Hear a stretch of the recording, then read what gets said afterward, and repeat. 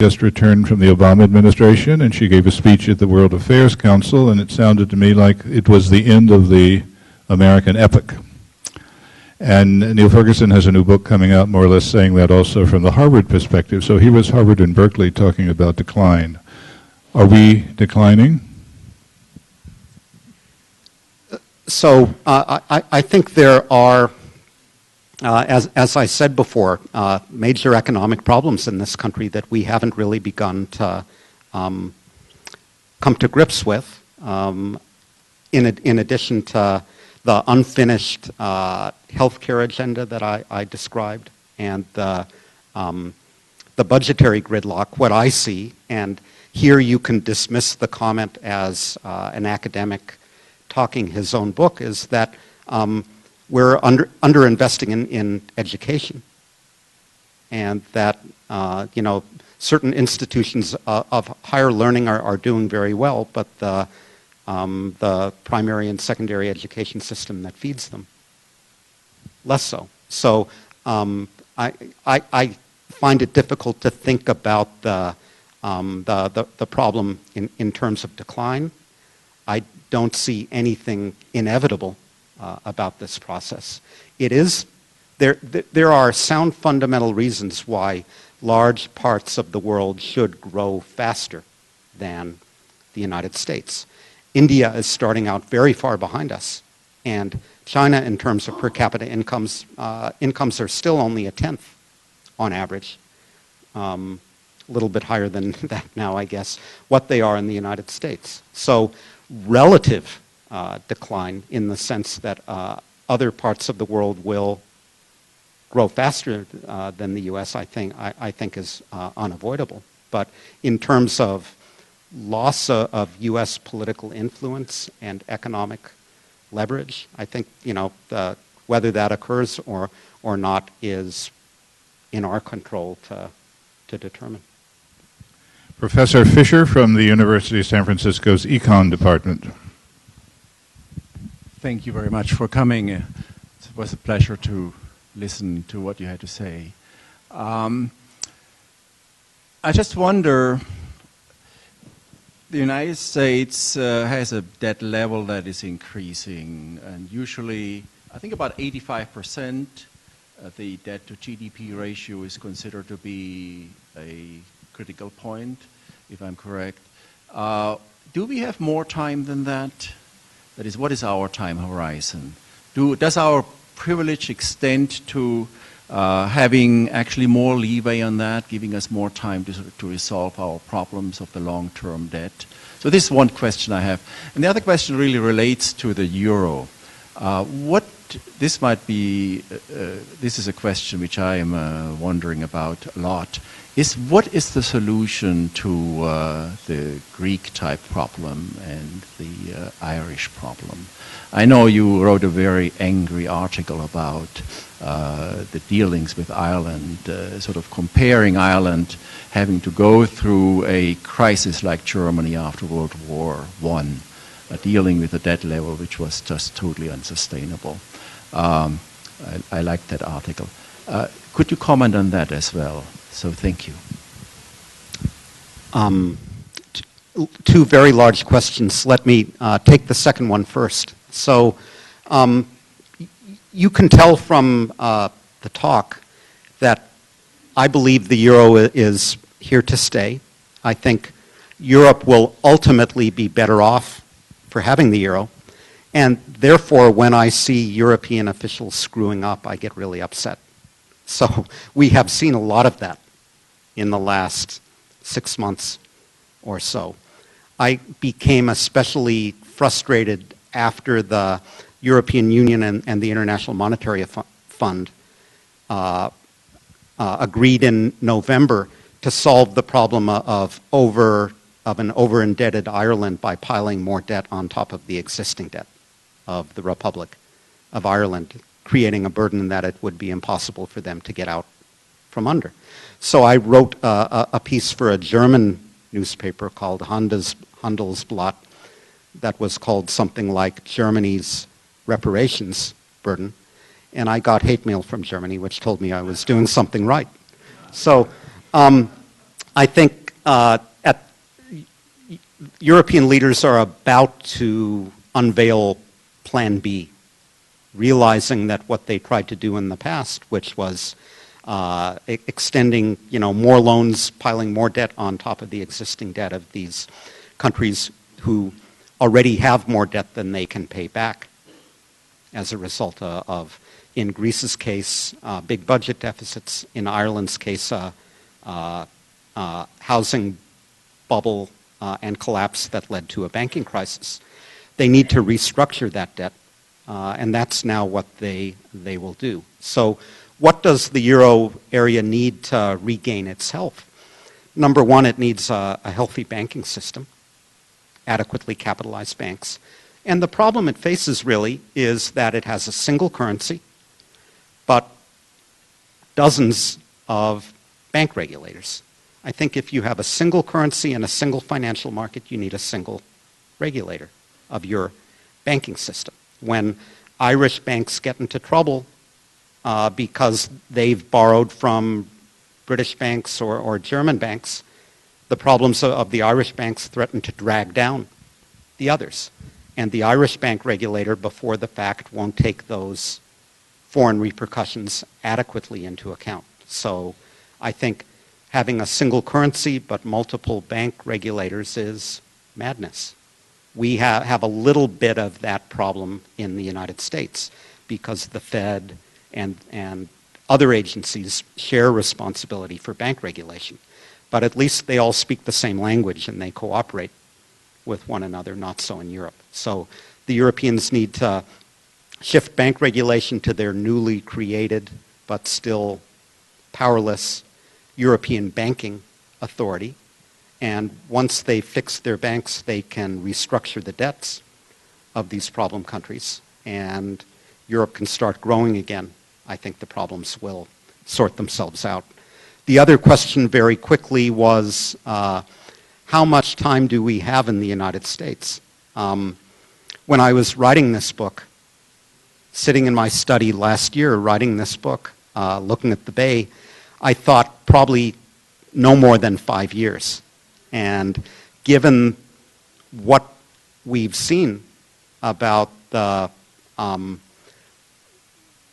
reluctance of our politicians to get serious about the fiscal challenges that we face, I've concluded that the task is more urgent than that. So financial crises always occur around the time of elections. That's one thing we learn from history.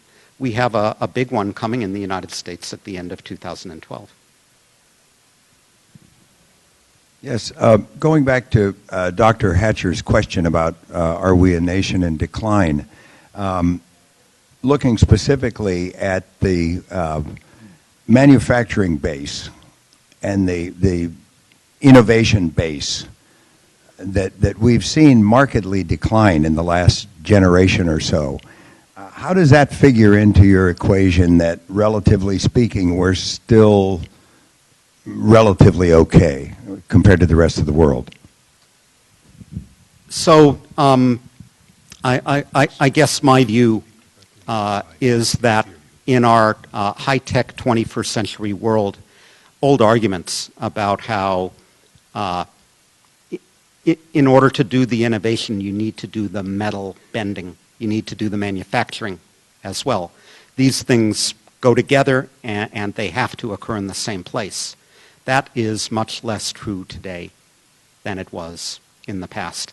So we can do a lot of the, Apple can design the iPods and the iPads and the other things in Silicon Valley, but all the manufacturing can occur in China. And the fact that the manufacturing is offshored doesn't inhibit the ability of U.S. companies to innovate. The innovation depends on being able to be in touch with the market, which we can do, being able to attract the talented scientists and engineers and entrepreneurs and others. I worry about the decline in manufacturing in the United States because of its implications for the people who are not the scientists and the engineers and the high-tech entrepreneurs. I worry about the social fabric, and I worry about the distribution of income in the United States. So I think if you are also of the view that political polarization in the U.S. is growing worse, and that's making it harder for us to come to grips with our fiscal and financial and other problems, then there is a role for the fact that lots of people in the heartland feel like they've been left behind. So how do you fix that? One answer would be you use industrial policy and subsidies and trade protectionism to keep that manufacturing at home. The other answer is that you educate and train people better so that they can take advantage of the post-industrial economy that's coming. Card-carrying economists tend to prefer the second alternative. I prefer the second one. I would much rather see us do that. First of all, Professor, go Bears. And second of all, I have a question. In your scenario where we raised interest rates and the debt inflates away as you predicted, in that scenario with inflation rising and interest rates increasing, do you see California real estate in your prediction possibly increasing away with inflation or decreasing with the devaluation of the dollar? So like this audience, I try not to pay too much attention to the California real estate market. It's too it's too painful. At this point, I really should issue my standard disclaimer, which is do not try this at home. Do not make investment decisions on the basis of what any economist or academic economist especially tells you. My wife manages my investment portfolio. Barry, 3 years ago, we invited a former student here at USF who went on to run a small company. His name is Paul Otellini. He's the CEO of Intel.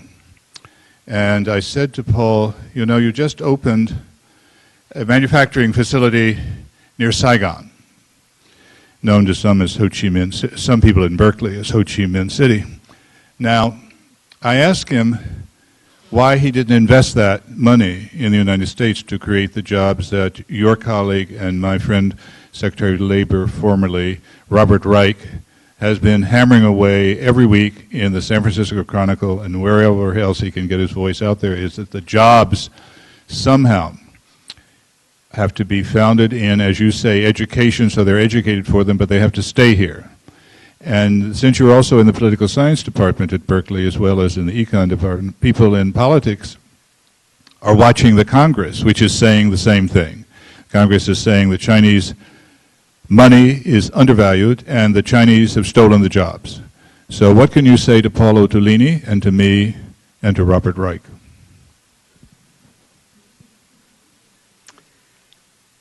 So I don't think that the Chinese have stolen the jobs. They've gotten them the hard way. They've earned them. It is a fact that we live in a globalized world, and that is not going to change. That there are people able to do standard kinds of assembly jobs for a lot less than Americans. So I don't think we really bemoan the fact that textile and apparel industry that was once upon a time the leading industry in New England and then became one of the leading industries in the American South has now largely moved offshore. I don't think we have to bemoan that insofar as those old industries are succeeded by new ones. So I would say the right policy response is to think about what those new industries are. People think they're the cluster of activities that fall under the umbrellas of green technology and biotech and nanotech and healthcare, broadly defined, what does it take for the United States rather than China to be the leaders in those industries going forward? And you know, for me, it in the end comes back to education more than it comes back to other things.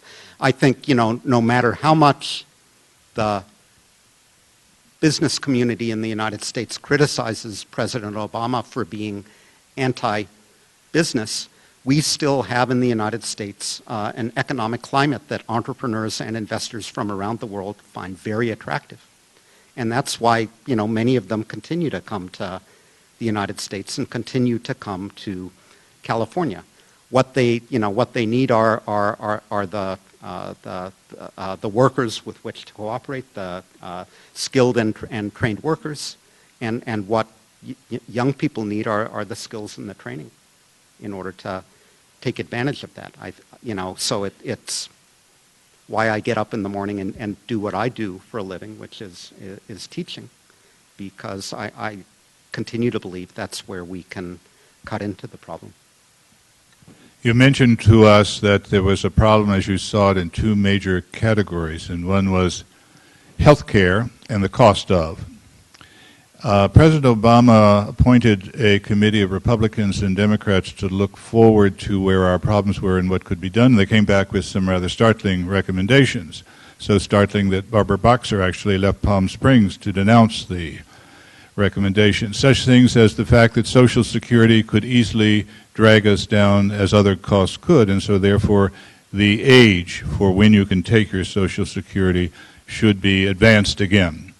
As you probably are more than aware than I, the French have finally been able to move it from a very low age just up by 2 years. So when this was presented, and in this famous election that recently happened where people seem to be running to the middle, President Obama decided not to take any of those recommendations.